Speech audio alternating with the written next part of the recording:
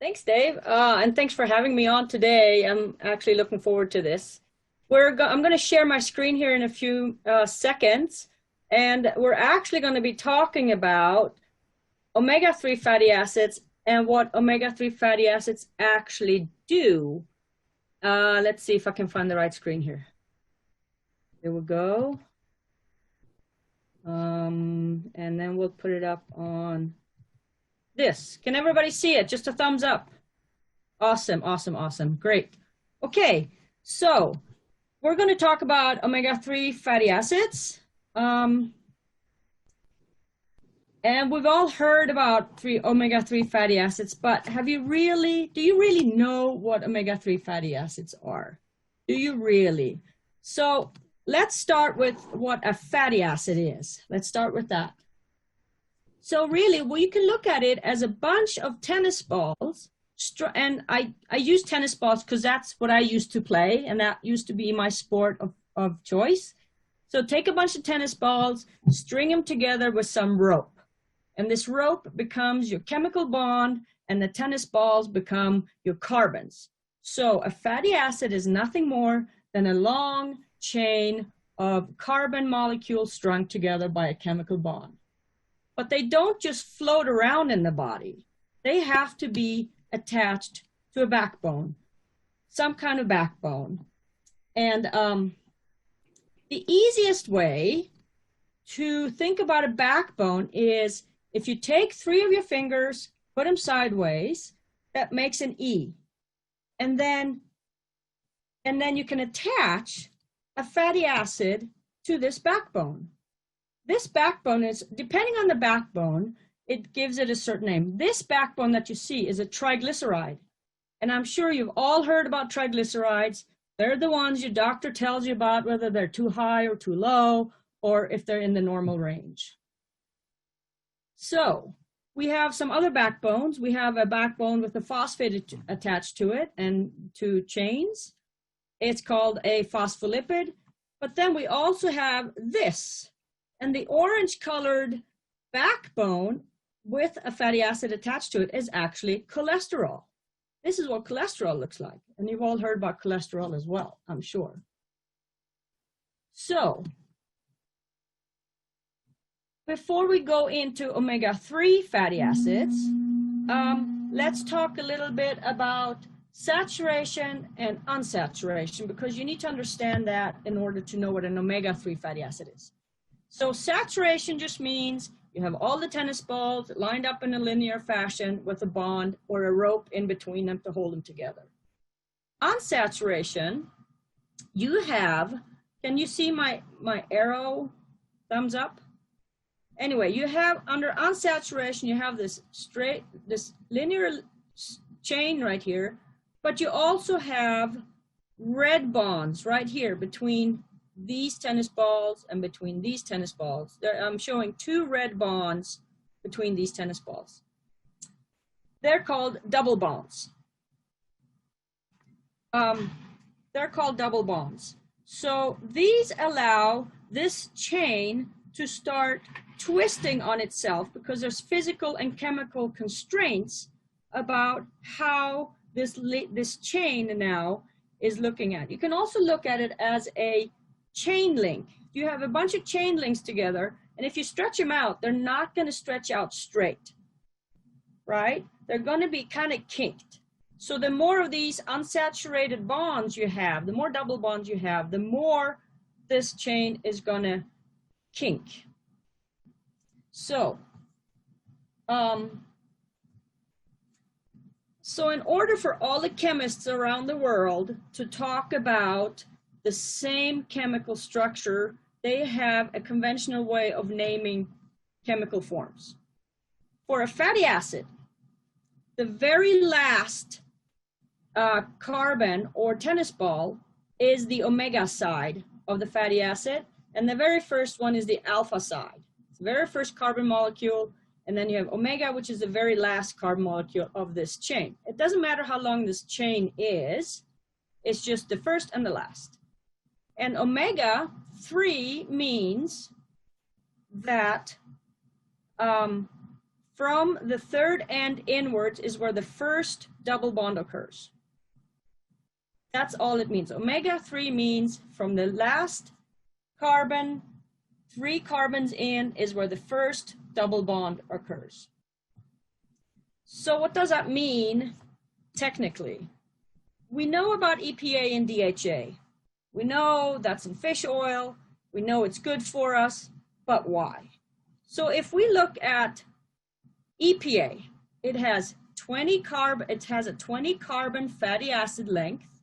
It has 5 of these double bonds in there, and the first double bond starts on the omega side at the carbon number 3. So if we would look at it with sticks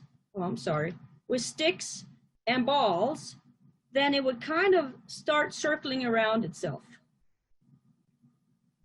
The same happens with DHA, which is a 22 carbon fatty acid with 6 double bonds, and the first one starts from the last end on the third carbon in. But when you look at the 2D structure, see how it kind of coils upon itself? We want fatty acids to coil upon themselves because, fatty acids are incorporated into our cell membranes. And in the cell membrane, it allows for kinks. If you look at a cell membrane with just sticks that just pile on each other, it becomes very rigid. We want a cell membrane to be very fluid and movable so that we can have the right signaling, chemistry happening within the molecule and between cells. So fatty acids are also used for energy production, which is called beta oxidation. Those are 3 of the major functions of fatty acids, and especially omega-3 fatty acids in the body.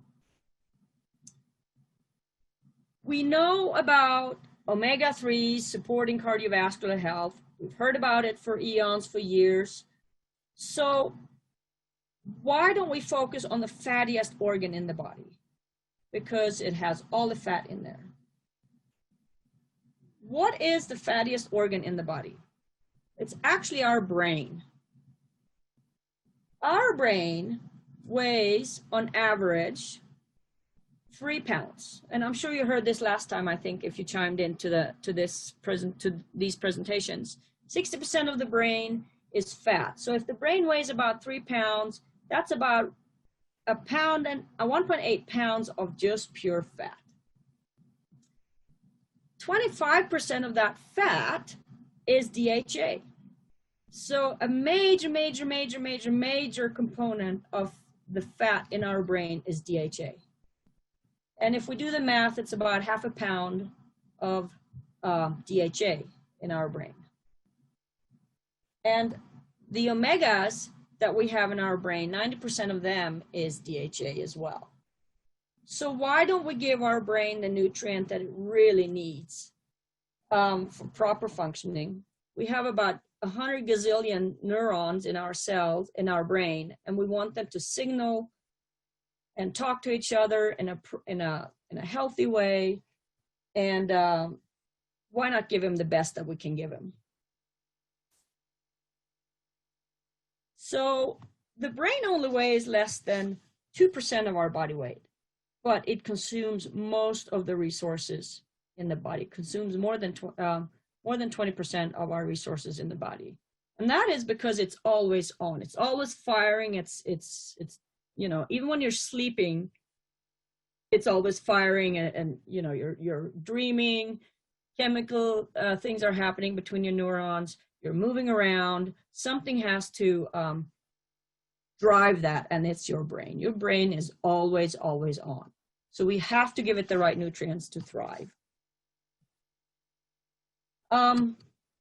We can make DHA from alpha-linoleic acid. Alpha-linoleic acid you can get from eating plants rich in this oil.